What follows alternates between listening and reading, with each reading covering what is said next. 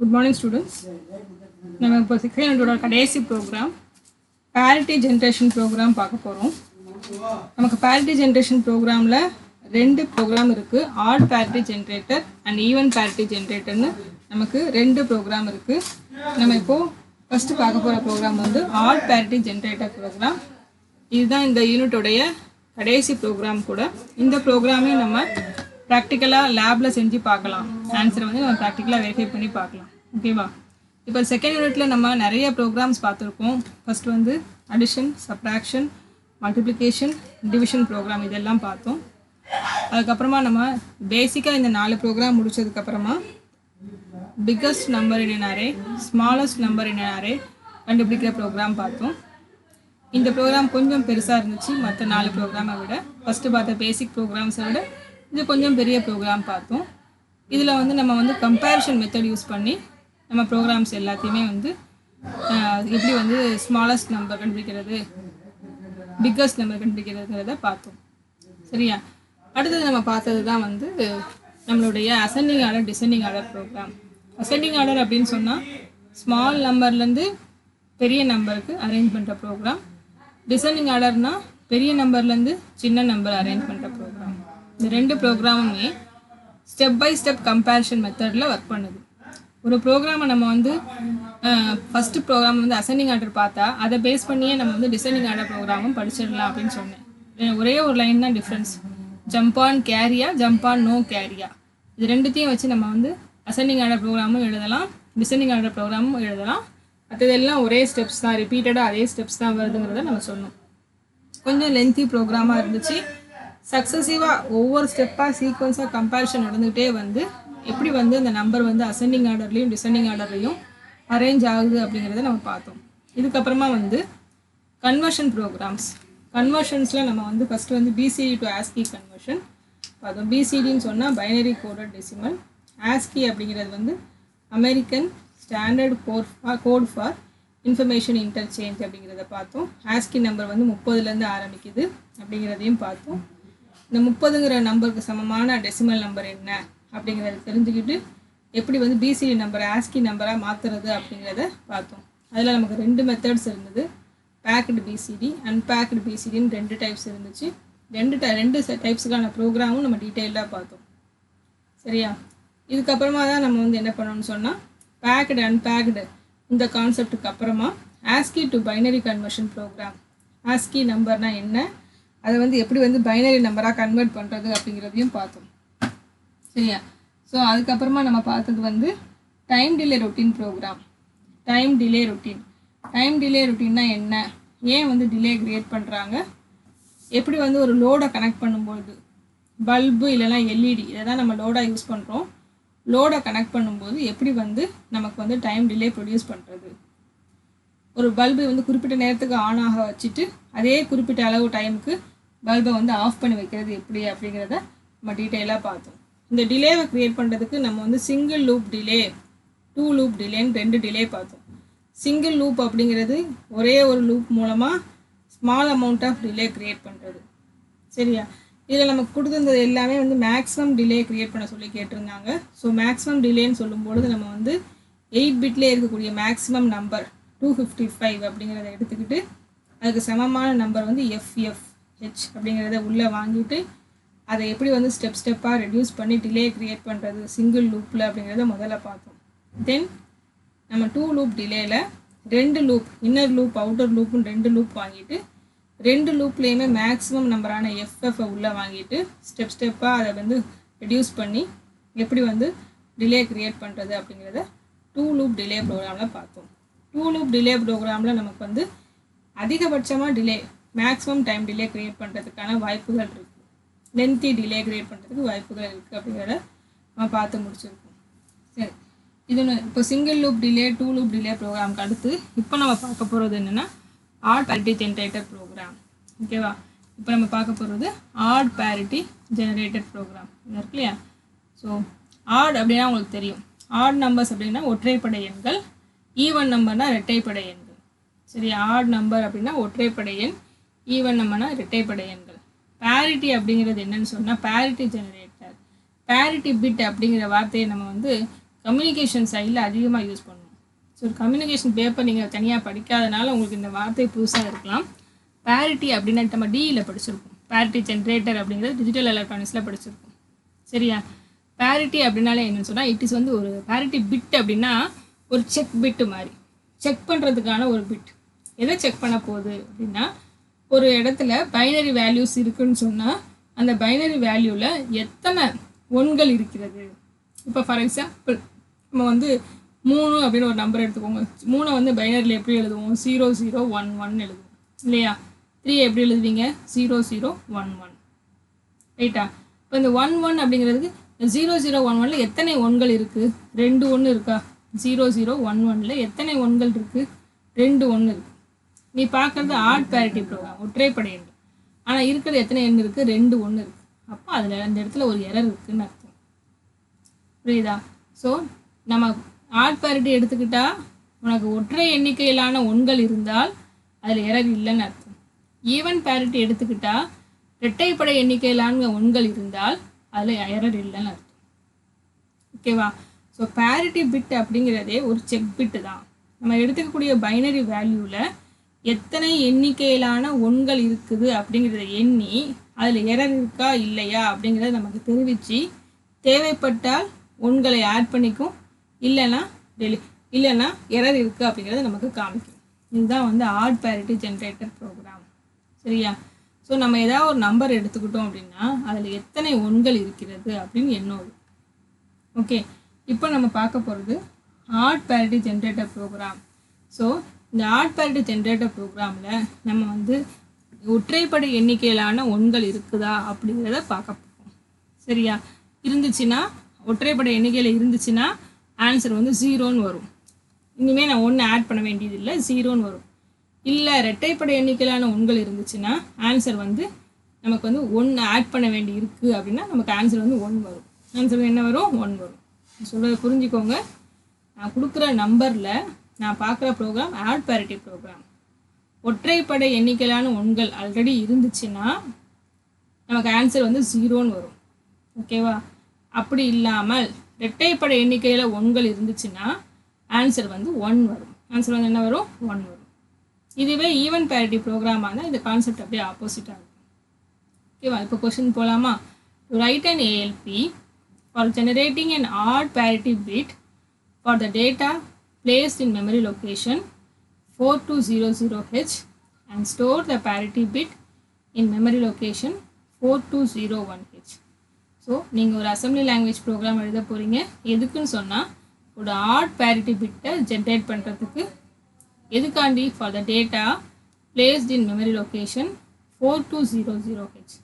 So 4200 அப்படிங்கிற memory லொக்கேஷனில் இருக்கக்கூடிய டேட்டாவுக்கு ஆட் பேரிட்டி ஜென்ரேஷன் தேவையா இல்லையா அப்படிங்கிறத செக் பண்ணி அதுக்கான தேவை இருந்துச்சுன்னா ஜென்ரேட் பண்ணக்கூடிய ப்ரோக்ராம் தான் நீங்கள் எழுத போகிறீங்க. அந்த டேட்டா பேரிட்டி பிட்டை வந்து எங்கே ஸ்டோர் பண்ணணும்னு சொல்கிறாங்க? 4201 அப்படிங்கிற மெமரி லொக்கேஷனில் போய் ஸ்டோர் பண்ணணும்னு சொல்கிறாங்க. ஸோ நீங்கள் இப்போ பார்க்க போகிறது ஒரு ஆட் பேரிட்டி ஜென்ரேட்டர் ப்ரோக்ராம். ஓகேவா? ஸோ இப்போ நம்ம ப்ரோக்ராமுக்கு போகலாம். சரியா? இப்போது திரும்பியும் சொல்கிறேன், நீங்கள் பார்க்குறது ஆட் பேரிட்டி ஜென்ரேட்டர் ப்ரோக்ராம். நான் கொடுத்துருக்க டேட்டா எந்த மெமரி லொக்கேஷனில் இருக்குன்னு சொன்னால் 4200 இருக்கும். 4200 இருக்கும். இந்த டேட்டா நான் என்ன இங்கே கொடுக்குறேனோ அதில் எத்தனை ஒன்கள் இருக்குது அப்படிங்கிறத நான் என்ன போகிறேன், எத்தனை 1 இருக்குதுன்னு என்ன போகிறேன். சரியா? அப்போ ஃபஸ்ட்டு எடுத்தோடனே மூவ் R0 #08H அப்படின்னு ஒரு டேட்டா வாங்கியிருக்காங்க. மூவ் R0 #08H, அதாவது R0 அப்படிங்கிற ரெஜிஸ்டரில் 08 அப்படிங்கிற இந்த நம்பரை உள்ளே வாங்கியிருக்காங்க. 08ங்கிற நம்பரை உள்ளே வாங்கியிருக்காங்க. சரியா? ஏன் இந்த 8ங்கிற டிஜிட்டை வாங்கியிருக்காங்க? 6ஓ 7ஓ இல்லை 4ஓ 5ஓ வாங்காமல் ஏன் 8 வாங்கியிருக்காங்கன்னு சொன்னால், பிகாஸ் நாம் யூஸ் பண்ணுறது வந்து 8 பிட் மைக்ரோ கண்ட்ரோலர். நான் ஒரு 8 பிட் நம்பரை தான் நான் இன்புட்டாக எடுத்திருக்கேன். 8 பிட் நம்பரை தான் நான் என்ன பண்ணியிருக்கேன், இன்புட்டாக எடுத்திருக்கேன். ஸோ நான் எத்தனை வாங்கியிருக்கேன்னா 8 அப்படிங்கிற நம்பர். ஏன்னா ஒவ்வொரு இதையும் என்னணும் இல்லையா, 8 பிட்டும் என்னணும் இல்லையா, அதுக்காக 8 அப்படிங்கிறத 8ங்கிற நம்பரை வாங்கிட்டு அதை R0 அப்படிங்கிற ரிஜிஸ்டரில் ப்ளேஸ் பண்ணியிருக்கேன். இந்த ரிஜிஸ்டர் தான் கவுண்டர் மாதிரி ஒவ்வொரு தடவையும் கூட்டி முடித்த பிறகு ரெடியூஸ் ஆகிட்டே வரப்போகுது. Okay, then move DPTR hash 4200. அதாவது டிபிடிஆரில் இனிஷியல் அட்ரஸ் ஸ்டார்டிங் அட்ரஸ் 4200ங்கிற அட்ரஸை இனிஷியலைஸ் பண்ணியிருக்கேன். இந்த அட்ரஸ் வந்து 4200 அப்படிங்கிறது டிபிடிஆரில் போய் இப்போ ஸ்டோர் ஆகிடுச்சு. டிபிடிஆரோட இப்போது அட்ரஸ் வந்து 4200. இந்த அட்ரஸில் தான் நான் கொடுக்க போகிற டேட்டாவை இன்புட்டாக கொடுக்க போகிறேன். என்ன டேட்டா கொடுத்துருக்கேன்னு சொன்னால் 33 அப்படிங்கிற டேட்டாவை கொடுத்துருக்கேன். சரியா? அப்போது 4200ல் 33 அப்படிங்கிற டேட்டா இருக்கும், ஞாபகம் வச்சுக்கோங்க. ஓகே, 33ங்கிற டேட்டாவை நான் 4200 அப்படிங்கிற அட்ரஸில் கொடுத்துருக்கேன். ரைட்டா? அடுத்து மூவ் R1 ஹேஷ் 00H. அதாவது R1 ரிஜிஸ்டரில் 00 அப்படிங்கிற ஒரு நம்பரை நான் உள்ளே ஸ்டோர் பண்ணி வச்சுருக்கேன். இந்த 00 ஏன் வைக்கிறேன் அப்படிங்கிறது அடுத்தடுத்த ஸ்டெப்பில் வரும்போது உங்களுக்கு புரியும். அடுத்து இப்போது 4200 அப்படிங்கிற மெமரி லொக்கேஷனில் இருக்கக்கூடிய 33 அப்படிங்கிற டேட்டாவை நான் இப்போ ஏ ரிஜிஸ்டருக்கு மூவ் பண்ண போகிறேன். Move XA address of DPTR. அதாவது ஏல இருக்கக்கூடிய இந்த டிபிடிஆர் அட்ரஸில் இருக்கக்கூடிய இந்த டேட்டாவை இப்போ நான் ஏக்கு மூவ் பண்ணிட்டேன். So A is equal to 33H. A is equal to 33H அப்படின்னு உள்ளே வாங்கியிருக்கேன். ஓகேவா? இப்போ தான் அடுத்து 33 அப்படிங்கிற டேட்டாவை நம்ம வாங்கியாச்சு. ஏல இப்போ 33 வருது. இதை வந்து எப்படி பைனரியில் எழுதணும் அப்படிங்கிறது இங்கே நான் எழுதி காமிச்சிருக்கேன் பாருங்கள். 3 வந்து எப்படி எழுதணும்? 0011. 0 எப்படி 0011. அடுத்து 3 எப்படி எழுதணும்? 0011. சரியா? ஏன் இதை எழுதியிருக்கேன்னு சொன்னால் 8 பிட் பேட்டர்னில் எழுதியிருக்கேன். ஒவ்வொரு நம்பராக நான் ஆட் பண்ணணும். அதனால தான் எடுத்த உடனே R0 ரிஜிஸ்டரில் நான் வந்து A8 அப்படிங்கிற நம்பரை வாங்கியிருக்கேன். ஓகேவா? So A is equal to 33. A is equal to 33. அந்த நம்பரை நான் ஏ ரிஜிஸ்டருக்கு மூவ் பண்ணிட்டேன். தென் அதை வந்து நான் பைனரியில் எழுதி காமிச்சிருக்கேன். ஓகே, தென் அடுத்த இன்ஸ்ட்ரக்ஷன் என்னது? RRCA. ரொட்டேட். RRCனா என்னென்னா rotate right through carry. Rotate right through carry accumulator.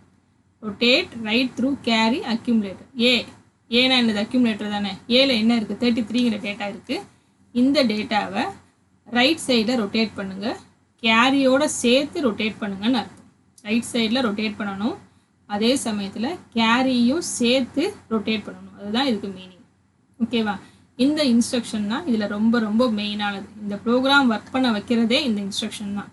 திரும்ப திரும்ப இந்த இன்ஸ்ட்ரக்ஷனை தான் நம்ம யூஸ் பண்ண போகிறோம். Rotate right through carry accumulator. இந்த இன்ஸ்ட்ரக்ஷன் நம்ம நல்லா ஞாபகம் வச்சுக்கோங்க. இப்போ இந்த இன்ஸ்ட்ரக்ஷன் வந்து என்ன செய்யும் அப்படிங்கிறத ஃபஸ்ட்டு நான் சொல்கிறேன். RRCA பார்த்தீங்களா? அதாவது இந்த இன்ஸ்ட்ரக்ஷன் என்ன பண்ணணும்னு சொன்னால் AN+1 வந்து ANக்கு கொண்டு வரும். AN+1 ANக்கு கொண்டு வரும். தட் மீன்ஸ் AN+1 என்னது பாருங்கள். நமக்கு ஒரு அக்யூமுலேட்டர் இதுதானே 8 பிட். இதுதான் ஒரு ஏ ரிஜிஸ்டரோட பேட்டர்னை நான் வரைஞ்சிருக்கேன்.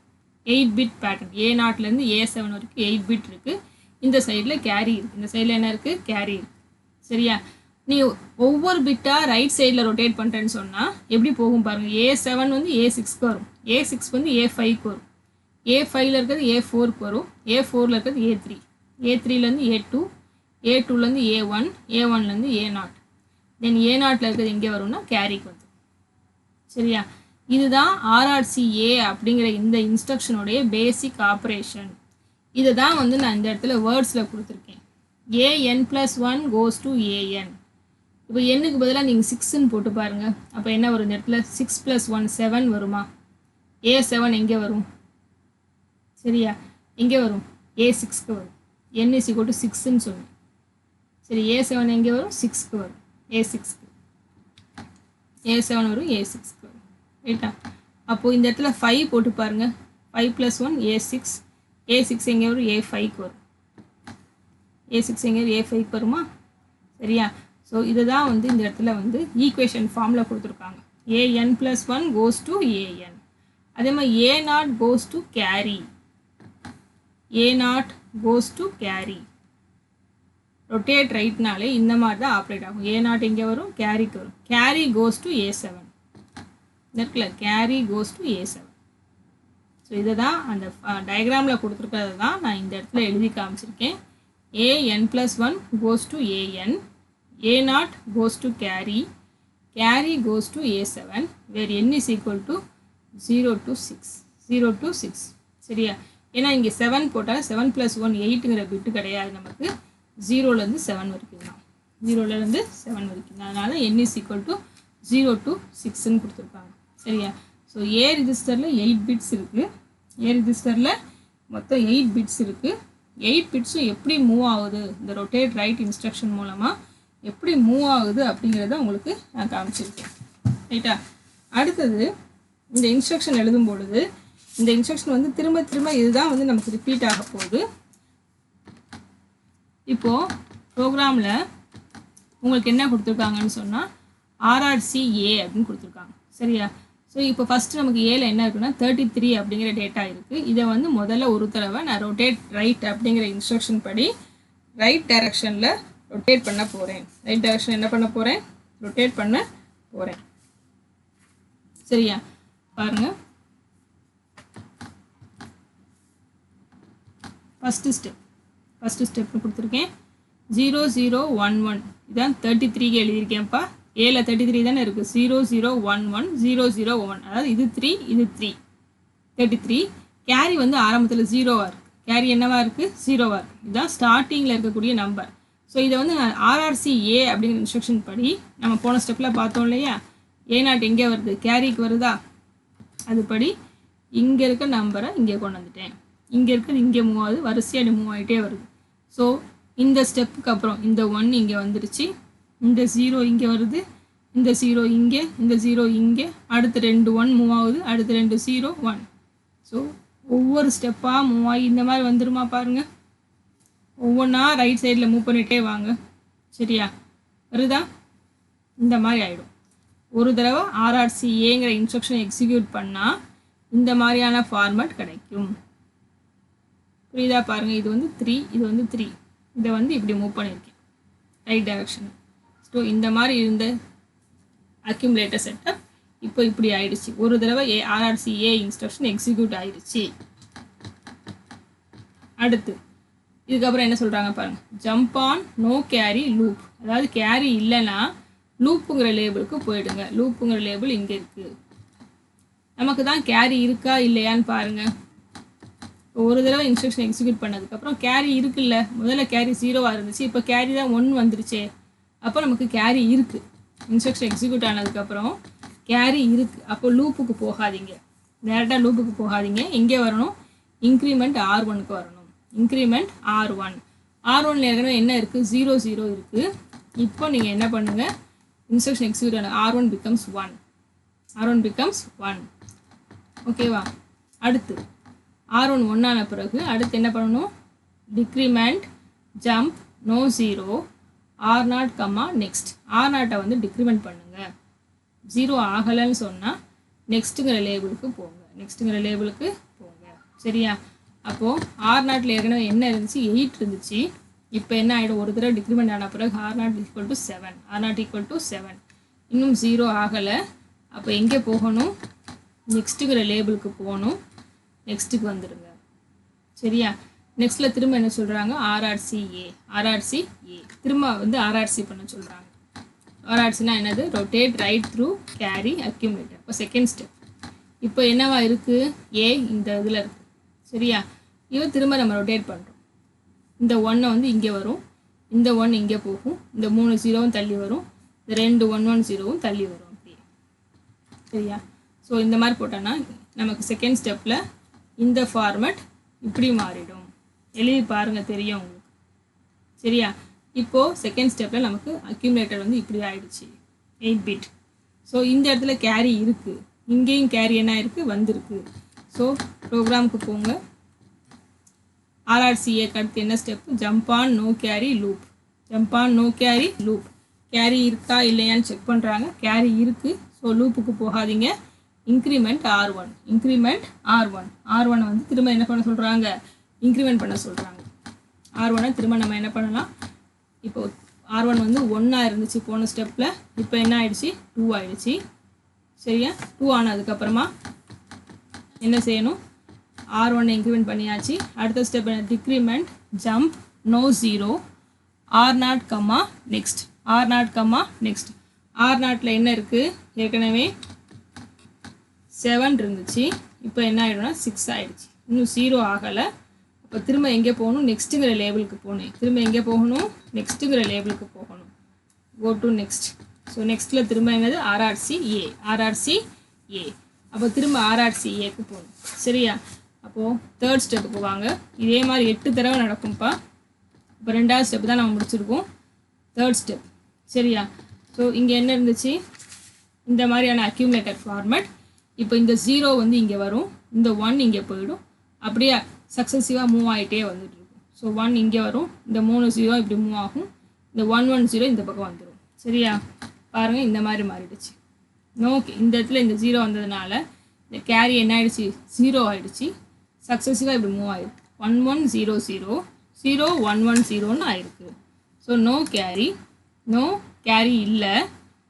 So jump to loop. Program பாருங்கள். இந்த இடத்துல என்ன கேட்டிருக்காங்க, RRCA முடிஞ்ச பிறகு கேரி இருக்கா இல்லையான்னு செக் பண்ணுவாங்க. கேரி இல்லை, நோ கேரி. ஸோ எங்கே போயிடணும், டேரெக்டாக லூப்புக்கு போயிடணும். இந்த லைன் கிடையாது, இந்த லைன் என்ன ஆகாது, எக்ஸிக்யூட் ஆகும். இத்தனை தடவை நமக்கு என்ன ஆகுச்சுன்னா கேரி வந்து 1 வந்துச்சு. ஸோ அதனால் நம்ம R1 இன்க்ரிமெண்ட் பண்ணோம். இந்த இடத்துல கேரி இல்லை. ஸோ நமக்கு இந்த லைனை வந்து எக்ஸிக்யூட் பண்ணணுங்கிற அவசியம் இல்லை. ஸோ டேரெக்டாக நமக்கு லூப்புக்கு போயிட்டோம். லூப்பில் என்ன இருக்குது, decrement, jump, no 0, R0, next, R0, next. சரியா? ஸோ டேரெக்டாக நம்ம R0க்கு போயிடலாம். இப்போ தேர்ட் ஸ்டெப் தான் நம்ம பார்த்துருக்கோம். R0 வந்து போனதில் 6ன்னு இருந்துச்சு, இங்கே 5 ஆகிருக்கு. சரியா? அடுத்து R0 முடித்த பிறகு நம்ம நெக்ஸ்ட்டுக்கு போயிடலாம். நெக்ஸ்ட்டுங்கிற லேபிளில் திரும்ப RRCA இருக்குது. இப்போ நம்மளுடைய ஃபோர்த் ஸ்டெப். தேர்ட் ஸ்டெப்பில் இப்படி இருக்குது. ஸோ 0 இங்கே வரும், இந்த 0 இங்கே வரப்போகுது. பார்த்தீங்களா, 0 இங்கே வந்துருச்சு, இந்த 0 இங்கே போயிடுச்சு. ஸோ ஃபோர்த் ஸ்டெப்புக்கு அப்புறமா நம்மளுடைய இது எப்படி இருக்குது பாருங்கள். 0 கேரி வந்து 0 0 1 1 0 0 0 1 1. ஸோ நீங்கள் ஒவ்வொரு ஸ்டெப்பாக நகர்த்தி எழுதி பார்த்தீங்கன்னா உங்களுக்கு இது தெரியும். சரியா? ஸோ இப்போயும் நமக்கு கேரி வரலை. So jump to loop. So இந்த இன்ஸ்ட்ரக்ஷன் எக்ஸிக்யூட் ஆகிடுச்சு 4th time. So jump on, no carry, loop. Carry இல்லை. ஸோ லூப்புக்கு போகிறீங்க. லூப்பில் என்ன கொடுத்துருக்காங்க, R0 டிக்ரிமெண்ட் பண்ண சொல்லியிருக்காங்க. 0 ஆகலைன்னு சொன்னால் நெக்ஸ்ட்டுங்கிற லேபிளுக்கு போக சொல்லியிருக்காங்க. ஸோ R0 வந்து போனதில் 5 இருந்துச்சு, இப்போ என்ன ஆயிடுச்சுன்னா 4 ஆயிருக்கு. 4 ஆயிருக்கு, இன்னும் 0 ஆகலை. ஸோ நெக்ஸ்ட்டுங்கிற லேபிளுக்கு போயிடுங்க. நெக்ஸ்ட்டில் திரும்ப என்ன கொடுத்துருக்காங்க, RRCA. அகெயின் நம்ம ரொட்டேட் பண்ணணும். இப்போ நம்ம 5th ஸ்டெப்புக்கு போகிறோம். இந்த இடத்துல 5th ஸ்டெப். ஸோ இந்த 1 வந்து இப்போ இங்கே வரும், இந்த 0 இங்கே போயிடும். சரியா? அப்போ கேரி வரப்போகுதுன்னு அர்த்தம். 1 வருது இல்லையா? ஸோ 5th ஸ்டெப்பில் 1 இங்கே வந்துருச்சு, இங்கேருந்து 0 இங்கே மூவ் ஆகிடுச்சு. ஸோ ஏயோட செட்டப் மாறிடுச்சு. 0 0 1 1 0 0 0 1 அப்படி ஆகிடுச்சு. சரியா? கேரி வந்திருக்கு. ஸோ கேரி வந்தால் நம்ம என்ன பண்ணணும், லூப்புக்கு டேரெக்டாக போகாமல் R1 ஒரு தடவை இன்க்ரிமெண்ட் பண்ணணும். லாஸ்ட்டாக R1 என்னவாக இருக்குது, 2 இருக்குது. ஸோ ப்ரோக்ராம் படி கேரி இல்லை. ஸோ லூப்புக்கு போகாதீங்க. Increment R1.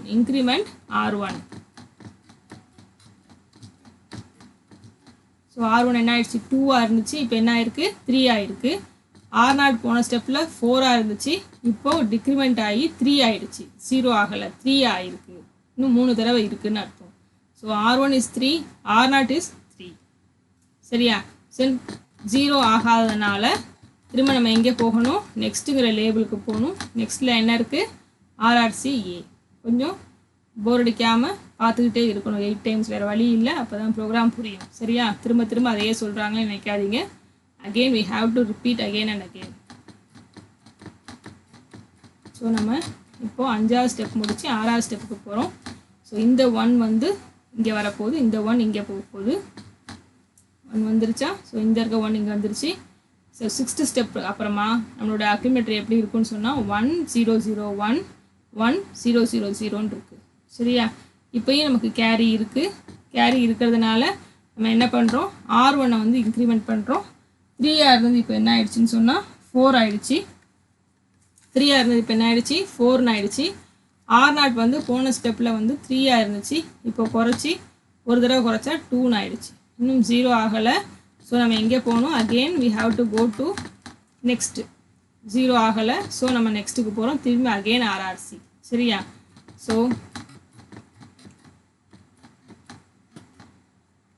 2 தான் இருக்குது. இப்போ 7th ஸ்டெப் வந்தாச்சு. ஸோ இங்கேருந்து 0 இப்போ இங்கே வந்துடும். இந்த 1 இங்கே, இந்த 1 இங்கே வந்துருச்சு. வந்திருக்கா? ஸோ 0 வந்துருச்சு. ஸோ 1 வந்து மூவ் ஆயிடுச்சு. ஓகே. ஸோ இப்போ நோ கேரி. இப்போ என்னது நமக்கு? No carry. So jump to loop. So jump to loop. சரியா? ஸோ இப்போ என்ன ஆகும்னா R0 என்ன ஆகிடும்? R1 நம்ம இன்க்ரிமெண்ட் பண்ண தேவையில்லை. So R0 becomes 1. இங்கே 2 இருந்துச்சு. இப்போ என்ன ஆயிடுச்சு? 1 ஆயிடுச்சு.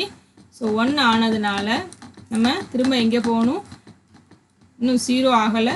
அகெயின் நம்ம நெக்ஸ்ட்டுங்கிற லேபிளுக்கு போயிட்டோம். இங்கே என்ன கொடுத்துருக்காங்கன்னா அகெயின் RRCAன்னு கொடுத்துருக்காங்க. சரியா? இப்போ நம்மளுடைய கடைசி ஸ்டெப்புக்கு வந்துட்டோம்.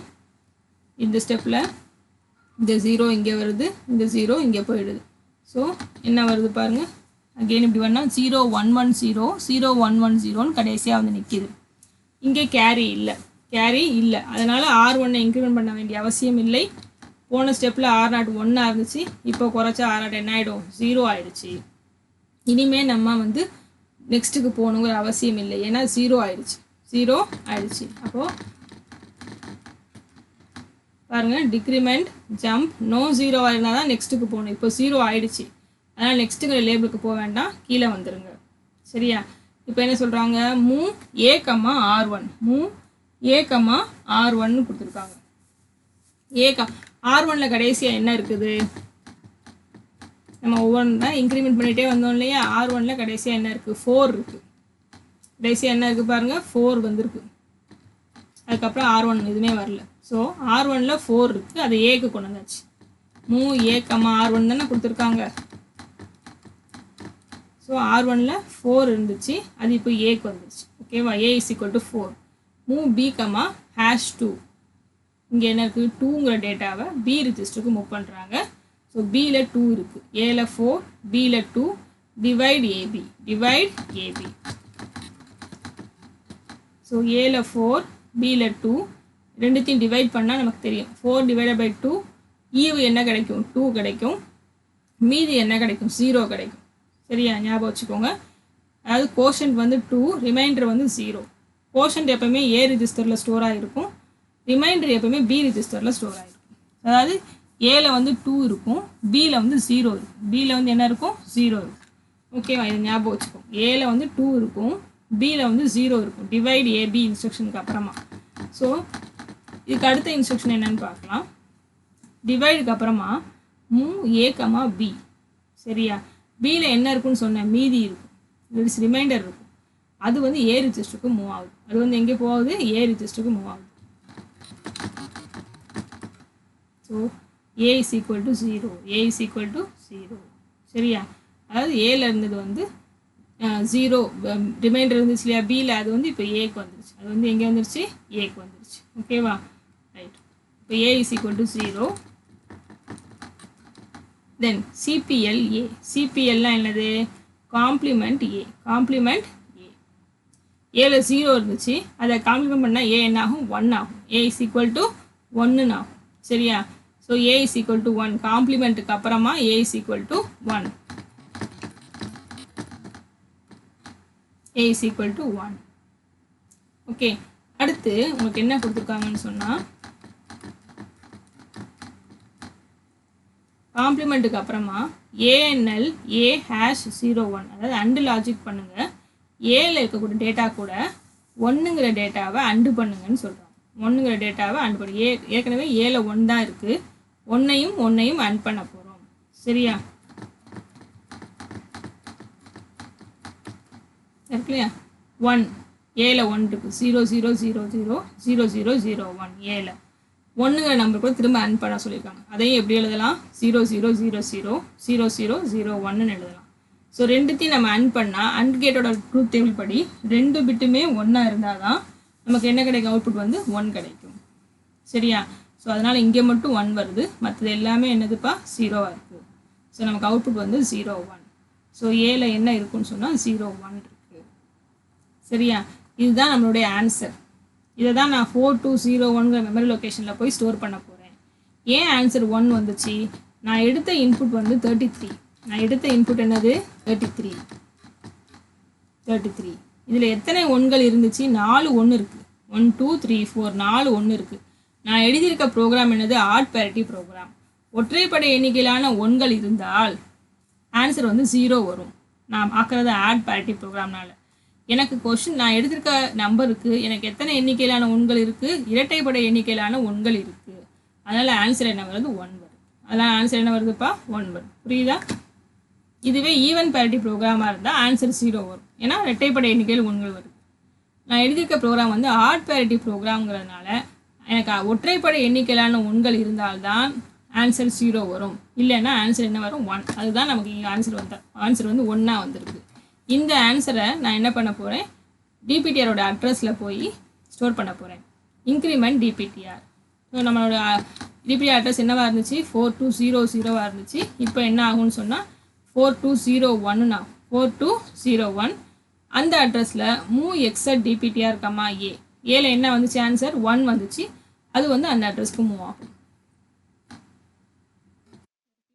இந்த 4201ங்கிற அட்ரஸ்க்கு 01ங்கிற டேட்டா, தட் இஸ் ஆன்சர் வந்து ரிசல்ட் வந்து போய் ஸ்டோர் ஆகிடுச்சு. இதுதான் உங்களோட ப்ரோக்ராம். ஏன் 1 வந்துச்சுன்னு புரியுதா? நான் எடுத்திருக்க நம்பரில் இரட்டைப்படை எண்ணிக்கையிலான ஒன்கள் இருந்ததுனால ஆன்சர் வந்து 1 வந்திருக்கு. சரியா? நான் எழுதியிருக்க ப்ரோக்ராம் வந்து ஆட் பேரிட்டி ப்ரோக்ராம் அப்படிங்கிறதுனால இந்த மாதிரி வந்திருக்கு. ஓகே, ஸோ இதுதான் ப்ரோக்ராம். ஸோ 8 தடவை RRCA அப்படிங்கிற இன்ஸ்ட்ரக்ஷனை நான் வந்து எக்ஸிக்யூட் பண்ணால் தான் எனக்கு ஆன்சர் வரும். ப்ரோக்ராமை இதோட முடிச்சிடலாம். ஷார்ட் ஜம்ப் ஹால்ட் அப்படிங்கிற கான்செப்டோட நம்ம என்ன பண்ணலாம்? ப்ரோக்ராமை முடிச்சிடலாம். சரி, இதே ப்ரோக்ராமை நான் வந்து ஈவன் பேரிட்டி ப்ரோக்ராமாகவும் மாற்றலாம். இதை வந்து நான் ஈவன் பேரிட்டி ப்ரோக்ராமாகவும் மாற்றலாம். ஆட் பேரிட்டி ப்ரோக்ராமுக்கு பதிலாக இந்த ப்ரோக்ராமை நான் ஈவன் பேரிட்டி ப்ரோக்ராமாகவும் கன்வெர்ட் பண்ணலாம். ஒரே ஒரு வித்தியாசம் தான். இந்த ப்ரோக்ராமில் இந்த 2 லைன் CPL ANLங்கிற இந்த 2 லைன் வெளியே எடுத்துட்டோம் அப்படின்னா this program becomes a even parity program. Even parity ப்ரோக்ராம்னா என்ன? இரட்டைப்படை எண்ணிக்கையிலான ஒன்கள் இருந்தால் ஆன்சர் 0ன்னு வரும். ஒற்றைப்படை எண்ணிக்கையிலான ஒன்கள் இருந்தால் ஆன்சர் வந்து 1 வரப்போகுது. இதுக்கு அப்படியே ஆப்போசிட்டாக வரப்போகுது. இந்த 2 லைனை மட்டும் எடுத்து விட்டுட்டோம்னா இந்த ப்ரோக்ராம் வந்து ஈவன் பேரிட்டி ப்ரோக்ராமாக ஆகிடும். சரியா? ஸோ இதுதான் வந்து parity generation program. Parity bit அப்படிங்கிறது என்னன்னு சொன்னால் ஒரு செக் பிட் மாதிரி தான். நம்ம கொடுத்துருக்க நம்பரில், பைனரி நம்பரில் எத்தனை எண்ணிக்கையிலான ஒன்கள் இருக்குங்கிறத செக் பண்ணிவிட்டு அது ஆட் பேரிட்டியா ஈவன் பேரிட்டியா அதுக்கு தகுந்த ஆன்சரை உங்களுக்கு கொடுக்க போகுது. அது எரரை ஐடென்டிஃபை பண்ணுறதுக்கு ஹெல்ப் பண்ண போகுது. சரியா? இதோட உங்களோட செகண்ட் யூனிட்டோடைய எல்லா ப்ரோக்ராம்ஸுமே முடிஞ்சிருச்சு. இன்னும் அடுத்து வந்து செகண்ட் யூனிட் எப்படி வந்து இந்த ப்ரோக்ராமுக்கு எல்லாம் வந்து நம்ம ஆப் கோட் எழுதுது அப்படிங்கிறத உங்களுக்கு பார்க்கலாம். அதுதான் உங்கள் செகண்ட் யூனிட்டுடைய அடுத்த டாப்பிக்காக நான் வைக்க போகிறேன். எப்படி ஆப் கோட் எழுதுறது, அதை யூஸ் பண்ணி நீங்கள் எப்படி வந்து நம்ம ப்ராக்டிக்கலில் லேபில் வந்து டைப் பண்ணுறது அப்படிங்கிறதெல்லாம் கொஞ்சம் உங்களுக்கு சொல்லித்தரேன். சரிங்களா? ஸோ நம்ம நெக்ஸ்ட் கிளாஸில் மீட் பண்ணலாம். தேங்க்யூ.